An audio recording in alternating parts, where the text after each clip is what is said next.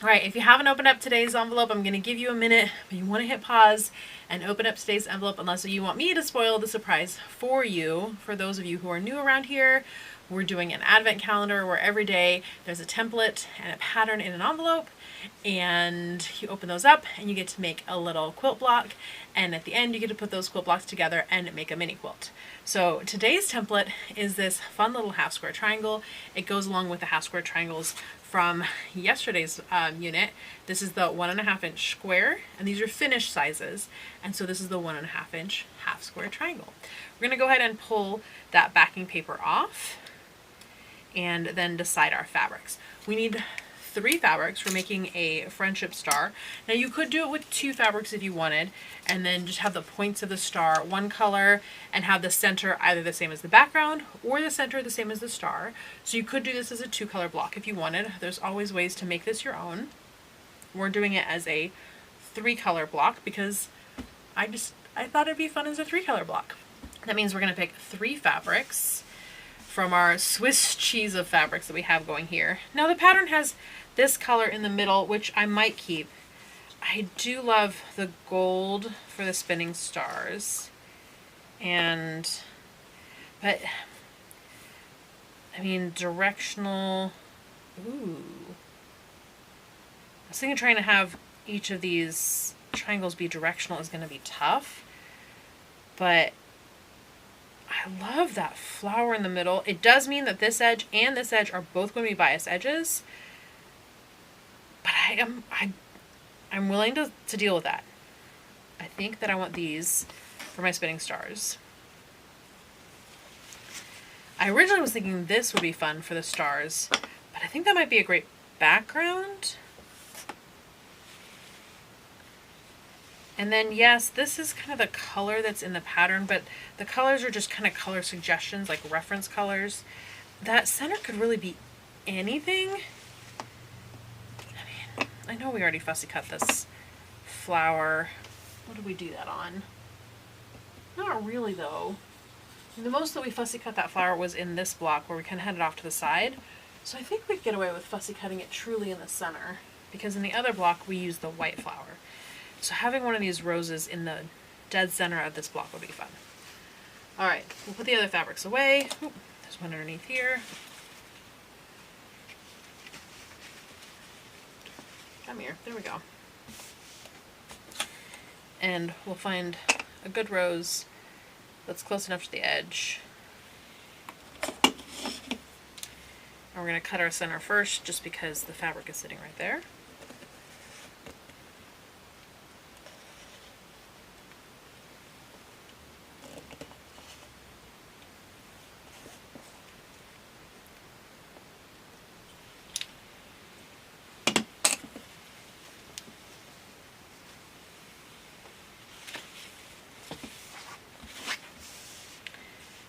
Now we need 4 of these background squares and 4 of the half square triangles, and these do not need to be fussy cut, so that's why I've folded my fabric in half. It uses a little more fabric, but it cuts the pieces out twice as fast, and I like twice as fast. There we go. And I need 4 of today's little half square triangle. And then I'm also going to cut away just all these extra little stringy bits. Those aren't going to get used anywhere. They're just going to get in my way. So I cut those off, get rid of them. And now, and now, and now, and now. Let's see if we can cut these little flowers.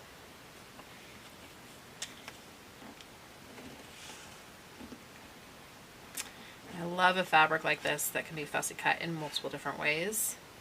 And we've done that, I think, every year with these Advents. We found like different ways to do the fussy cut. Like we've already fussy cut the deer, and now we're fussy cutting the flowers because you can get more out of a lot of these fabrics. And this is a pretty tight So I don't know that we could fussy cut like these white flowers. I think that this print is probably a little too tight for that unless we had some really tiny pieces. I don't know. Can't tell you what's coming up because honestly I don't look ahead, and I work on this advent calendar over the course of an entire year. I start planning it in January, figuring out what the size is going to be, and then I go through making, like, designing the templates and designing what the blocks are going to be that go with the templates, and then writing the patterns and ordering the fabric, picking which 8 of Art Gallery fabrics we're going to use this year. This one I think is more close to the edge. So, and then I'm working on all kinds of other projects in between. I'm currently writing my 6th book. As this is getting filmed, I'm working on the promotion for my 5th book, which will have come out by the time you see this video, and that's the 10-inch square quilt block book. So, yeah. I don't remember every single day and the block that's going to happen on every single day. It's too much for me to keep in my brain. All right, let's go ahead and lay this out and see how it looks all together, because this is not the point of no return. In fact, there is no point. I mean, I guess the point of no return is when it's quilted in the quilt. Although there's ways that you can undo that, but that's a whole nother story. Anyway, it'd be difficult though. It's a lot more work. At this point though, it's very easy to cut other fabric if we don't like the way that this looks. And even after we sew it together, we can unpick things and change them. So there's lots of chances to change your mind if it turns out, meh, it's not for me. Oh, these are too close because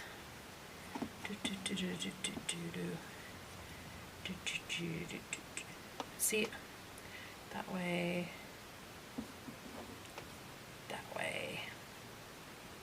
there we go.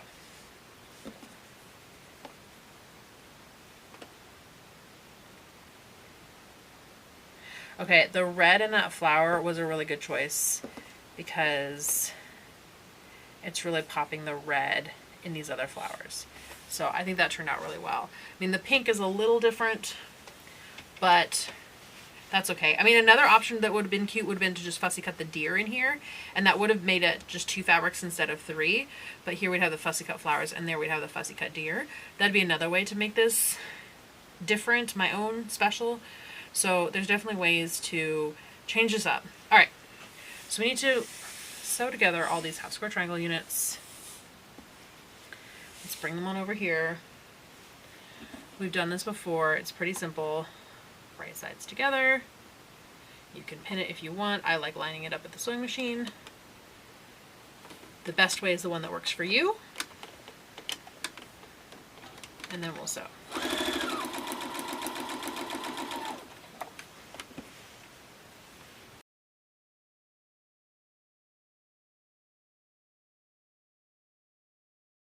All right, I'm going to press them all to the dark.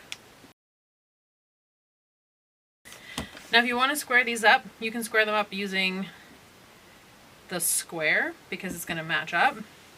Or if you want to go a little quicker than sitting there and squaring them all up, we can just clip off the corners because that's the part that we really need. Having these corners in there is just going to add extra bulk in our seams that can make the quilt lumpy, it can make the quilt difficult to quilt, and it's just extra fabric that doesn't need to be there. So we clip them off. It also helps line everything up nicer if they're clipped off.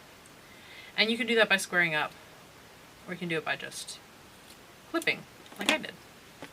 Up to you. Of course, if you clip on your wool mat, you now have to get them all off your wool mat and throw them away. There we go.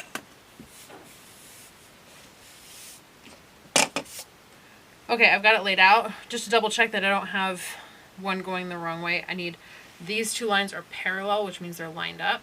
And then on these 2 triangles, these 2 lines are parallel, which means they're lined up. And that means that the star is correct.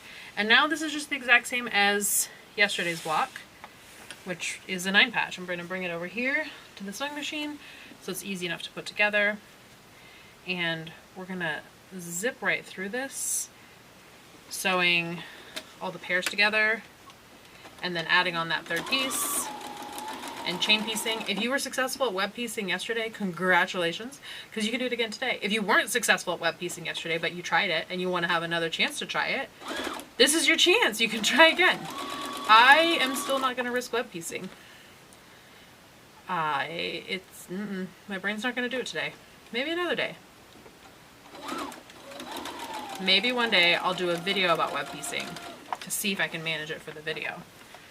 That'll be a fun challenge. Don't hold your breath though. Okay. Then grab the third piece, put it on.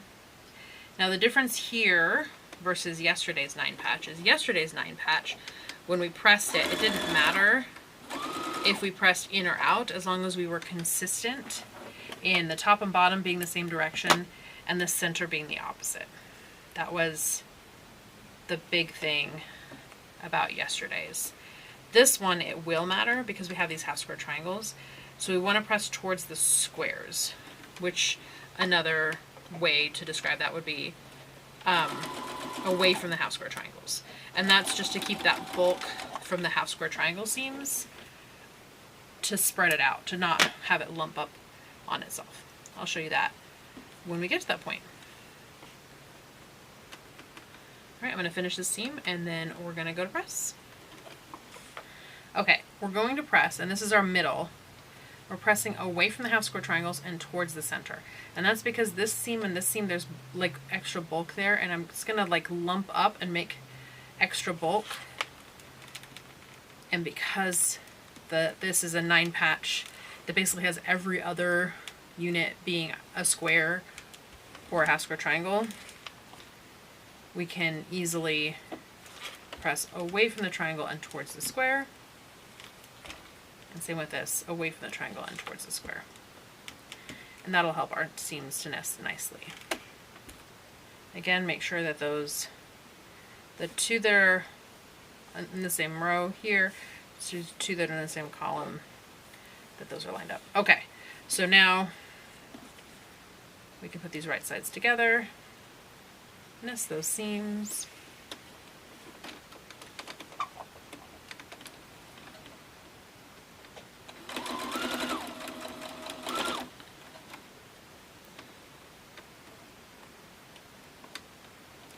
And this is a pretty good, you can see this diagonal seam right here and this seam right here. And where those come together is where I would like my needle to hit. And if it does, I'll have a perfect point right there. So if you can maneuver it so that your needle hits there, you end up with a beautiful point. Just to prove it. That's pretty darn good. I was a little bit low on it, as you can see it right there, but definitely not worth redoing. Alright, I'm going to add on this third row, nesting my seams,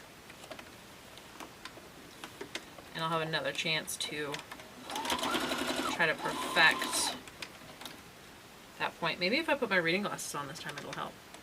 I've had them here the whole time.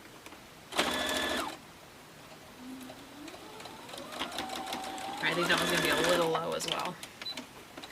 Let me see. Yeah. Cut all my threads. Yep, it was a little low. That's okay though.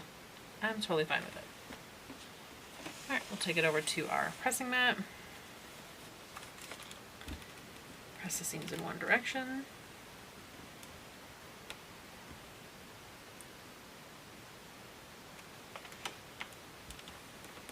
You could also press the seams out. You could also press the seams in. Whatever floats your boat. All right, friends, that's day 9 all done. Yay, it looks so good. And we get to add it to the others. If you're doing the 12-day Advent, we should have 3 more days left, and then we're done. 3 more days, and that's it. Well, and then we're going to put it all together. I will also have an assembly video and a quilting video and a binding video. We're going to go through the whole process together. And if you're continuing on to the 24 days, then starting on day 13, you have the QR code and the link right there on your pattern. You can use those and it'll take you to the day's video, because those videos, days 13 through 24, aren't public videos here on the channel. They're hidden away, but you'll know where to find them. All right, friends, that's 9 days done. Make sure that you come back for the opening of the Advents at 9 a.m. Pacific, noon Eastern time. We'll get to open those up together. So many Advents. I've got so many Advents. It's so much fun. I hope you're enjoying those lives. And then we'll be back tomorrow to do day 10. That's it for today, my friends. Comments down below. Give this video a thumbs up. Make sure you're subscribed, and bye for now.